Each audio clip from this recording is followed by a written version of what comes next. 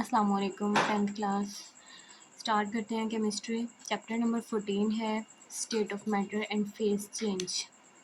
State of matter की अगर हम बात करें तो मैटर की बेसिकली 4 स्टेट्स हैं, solid, liquid, gas and plasma. ठीक है।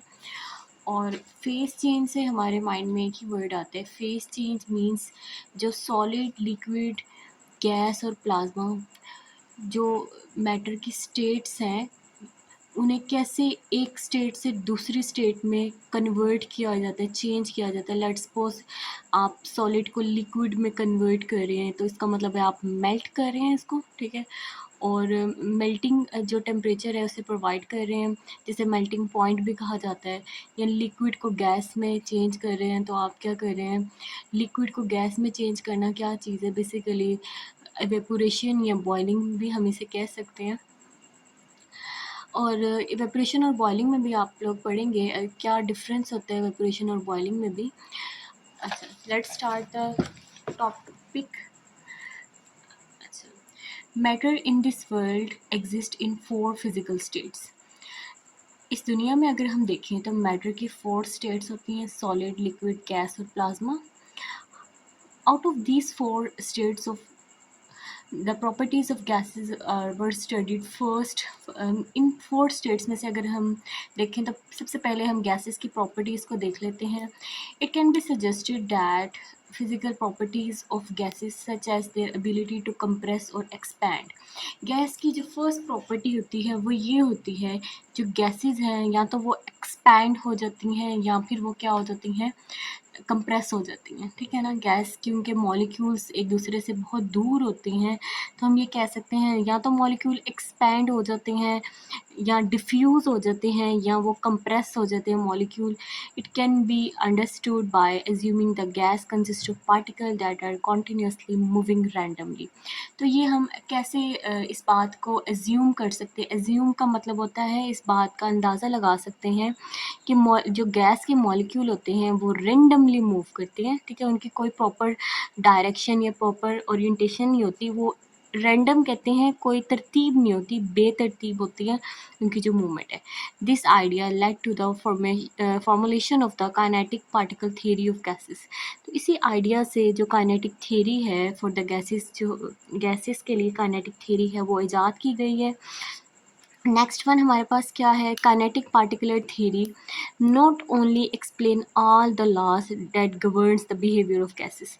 जो काइनेटिक थ्योरी है वो गैसेस के लॉज को एक्सप्लेन नहीं करती।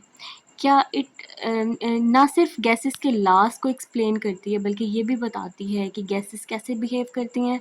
It also explain the composition of liquid and solid state of matter.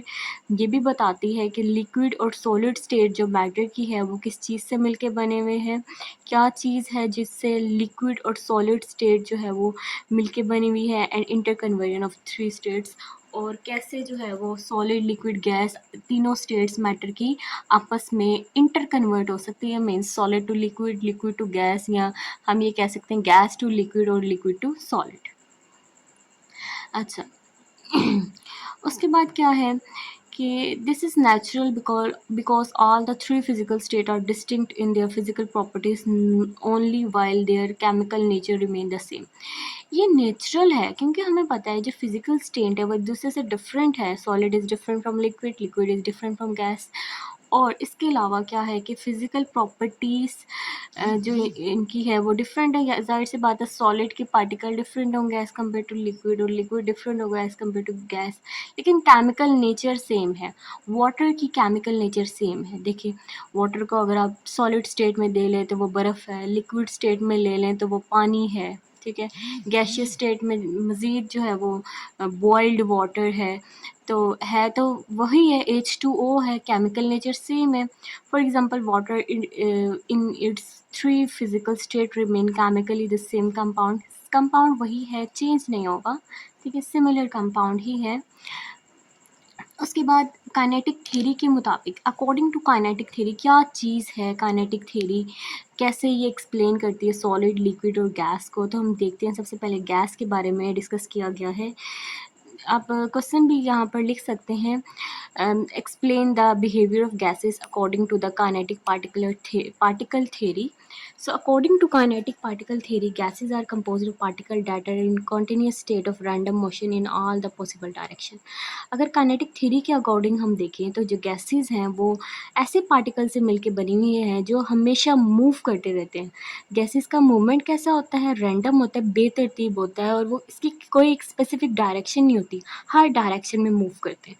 Number 1 property तो ये आ गई कि इनका जो मूवमेंट है गैसेस पार्टिकल से मिलके बनी हुई है और जिसका मूवमेंट कैसा है, रैंडम है. उसके बाद सेकेंड पॉइंट अगर आप देखें kinetic particular theory of gases का, the pressure exerted by gas is due to collision of its particle with the wall of container. जो गैसेस के मॉलिक्यूल प्रेशर लगाते हैं, यानी गैस जो है वो प्रेशर प्रॉपर्टी एक गैस की ये भी है कि गैसेस के मॉलिक्यूल प्रेशर एक्सर्ट करते हैं. कैसे एक्सर्ट करते हैं, जिस कंटेनर में वो मौजूद होते हैं उसकी वॉल्स के साथ टकराते हैं और आपस में भी टकराते हैं.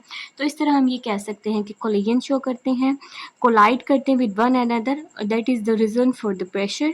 Since the pressure of the gas in container does not change with the time at the constant temperature, it is assumed that collision between the particles do not involve any loss or gain of energy due to the friction.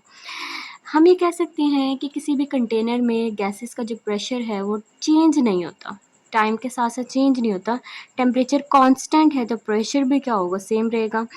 Collision, फिर हम इस बात से ये भी अंदाज़ा लगा सकते हैं कि अगर प्रेशर किसी भी गैस का जो कि कंटेनर में पड़ी हुई है वो टाइम के साथ साथ चेंज नहीं हो रहा, अगर आप टेम्परेचर को वही रखें, टेम्परेचर चेंज ना करें, तो हम ये कह सकते हैं, हम ये इस बात से अंदाज़ा लगा सकते हैं कि जो पार्टिकल्स हैं उनके बीच में जो कोलिजन है उससे किसी किस्म का ना तो एनर्जी लॉस होगा ना ही जो है वो गेन होगा. ठीक है, और आपको पता है कि अगर तो वो कोलाइड कर रहे हैं तो दैट मीन्स के उनके दरमियान में फ्रिक्शन भी मौजूद नहीं है. ठीक है, तो इस वजह हम ये कह सकते हैं तो कि ना तो वो कोलाइड कर रहे हैं ना ही जो है वो एनर्जी किसी किस्म का एनर्जी गेन या लॉस हो रहा है. The attractive forces between the particle of gas are assumed to negligible as the particle are widely apart. अच्छा, उसके बाद जो आपका नेक्स्ट पॉइंट आ जाता है, थर्ड पॉइंट आप कह सकते हैं कि गैसेस के पार्टिकल्स की जो आपस में अट्रैक्टिव फोर्सेस होती हैं वो बहुत ही कम होती है, निग्लिजिबल ना होने के बराबर, क्योंकि वो एक दूसरे से दूर होते हैं एट द लो प्रेशर. तो हम ये कह सकते हैं कि उनके दरमियान में किसी किस्म की कोई अट्रैक्टिव फोर्सेस नहीं होती. The average kinetic energy. अच्छा, फोर्थ पॉइंट क्या आ जाता है कि काइनेटिक एनर्जी किसे कहते हैं, मूवमेंट वाली एनर्जी. एवरेज काइनेटिक एनर्जी जो है वो किसकी प्रोपोर्शन है, temperature measured on kelvin scale. यानी कि जितना आप पार्टिकल्स को टेम्परेचर प्रोवाइड करेंगे उतनी ही तेज़ी से वो मूवमेंट शो करेंगे. That means temperature is directly proportional to the average kinetic energy. और टेम्परेचर को हम, टेम्परेचर के डिफरेंट स्केल्स होते हैं, अगर केल्विन स्केल में हम ले रहे हैं, you can say the average kinetic energy of particle is directly proportional to the temperature. The average kinetic energy is same for all gases at same temperature. अगर temperature same है तो average kinetic energy भी same रहेगी. अगर temperature increase करेंगे तो kinetic energy भी increase होगी. According to kinetic energy. और नेक्स्ट पॉइंट आ जाता है लिक्विड के बारे में. लिक्विड के बारे में काइनेटिक एनर्जी आपको क्या कहती है, काइनेटिक थ्योरी जो है वो पार्टिकल्स की क्या बताती है. They are quite closer to one another.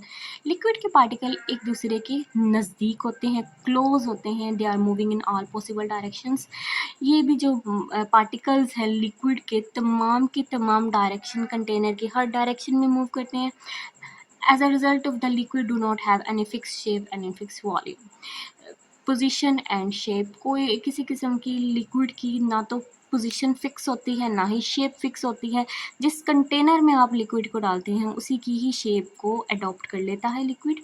Owing to the presence of intermolecular forces, liquid has fixed volume and kept as level as well. अब ये इंटर पार्टिकल फोर्सेस को अगर आप मद्देनज़र रखें तो हम ये कह सकते हैं कि अगर आपने 2 किलो दूध लिया था तो वो 2 किलो ही रहेगा जब तक कि आप उसको बॉयल नहीं कर लेते हैं, कोई दूसरा इफेक्ट नहीं आता. Means liquid have fixed volume, ठीक है। अच्छा, उसके बाद क्या है कि in a liquid the particles show all three type of movement.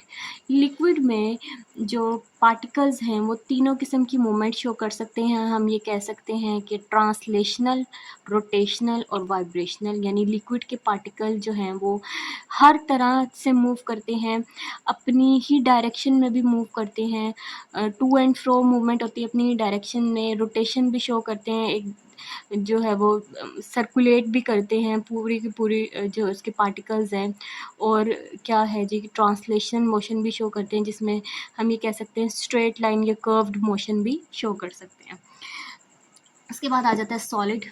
Solid substances में consist of ions, atom and molecules. इसमें भी हम ये कह सकते हैं कि या तो आयंस हो सकते हैं सॉलिड के अंदर या एटम या molecule. According to kinetic particular theory, inter particular forces in the solid are so strong that they keep their particle arrange in a fixed position. अगर हम सॉलिड की बात करें तो इनकी जो फोर्सेज हैं, इंटर पार्टिकल कहते हैं, आपस में जो पार्टिकल्स की फोर्सेज हैं वो इतनी स्ट्रॉन्ग होती हैं कि उसको उसकी फिक्स्ड पोजीशन पे रखती हैं। सॉलिड जो है वो they have fixed shape, fixed volume, fixed position, क्योंकि पार्टिकल्स की आपस में जो फोर्स ऑफ अट्रैक्शन है it is very very strong. So इसकी वजह से जो पार्टिकल हैं they have the fixed position. उसके बाद this particle possess vibration motion only, क्योंकि सॉलिड है, सॉलिड की जो अट्रैक्टिव फोर्सेस हैं वो भी बहुत स्ट्रॉन्ग होती हैं, तो अपनी ही जगह पे सॉलिड जो है वो मूव कर सकते हैं। हम ये कह सकते हैं कि सिर्फ वाइब्रेशन मोशन शो करता है, सिर्फ अपनी ही जगह से टू एंड फ्रो मूव करता है solid. This restricted movement force in solid substance they have fix shape and fix volume. तो हम ये कह सकते हैं कि सॉलिड्स जो है उसकी शेप भी फिक्स है, वॉल्यूम भी फिक्स है, ठीक है, अपनी ही जो शेप है उसको मेंटेन करके रखता है। जैसे आप ये कहेंगे बुक एक सॉलिड है, इसको आप मारें पीटें गिराएं जो मर्ज़ी करें इसके साथ, इसकी जो शेप है वो नहीं चेंज होगी। अगर तो आप इसको फाड़ें ना या इसको डिस्टर्ब ना करें तो अपनी पोजीशन यानी शेप अपनी सेम रहती है, और वॉल्यूम जितनी इसने जगह घेरनी है उतनी ही घेरनी है, जो इसका वॉल्यूम है वो भी फिक्स है।